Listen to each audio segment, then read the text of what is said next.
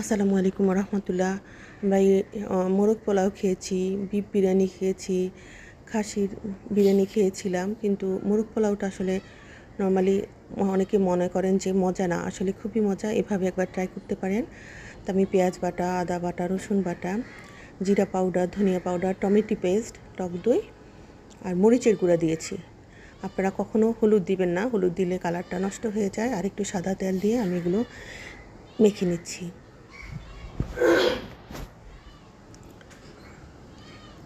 এখন ইলিশ মাছগুলো দিয়ে এগুলোকে কিছুক্ষণ ম্যারিনেশনে রাখবো। কিছুক্ষণ বলতে আধা ঘন্টাও রাখতে পারেন, 1 ঘন্টাও রাখতে পারেন, যে যতক্ষণ রাখতে পারেন। 1 ঘন্টাই এনাফ।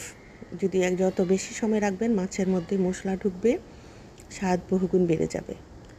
তা আমি এইভাবে ভালো মতো উল্টে পাল্টে দিয়ে এগুলোকে রেস্টে রাখছি।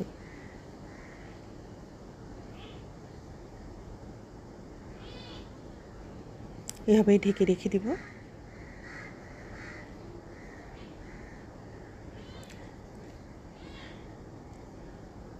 এরপর আমি প্যানে একটু পেঁয়াজ দিয়ে রাইসগুলোকে হালকা ভাজবো।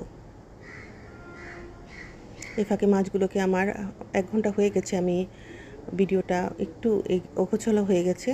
তো এখন মাছগুলোকে এখানে ভাজবো মশলা দিয়ে। এই ফাঁকে আমি বেরেস্তা করে নিচ্ছি, বেরেস্তাটা করে রেখে দিব। আর মাছগুলো যেগুলো ভাজা হয়েছে সেগুলো কিছুটা ভাজার পর আমি তুলে ফ্রাই প্যানে হালকা আঁচে বসিয়ে দিব। আর মশলাযুক্ত প্যানের মধ্যে যেগুলো আছে মশলা, সেগুলোর মধ্যে আমি রাইসটা ঢেলে দিলাম। এবার রাইসের সাথে মশলাগুলো ভালো করে ভাজবো। এরপর গরম পানি দিয়ে দিব, রাইসটা সিদ্ধ হোক। আর এদিকে আমার ইলিশ মাছটা হচ্ছে হালকা আছে, আমি একটু কুক করে নিচ্ছি।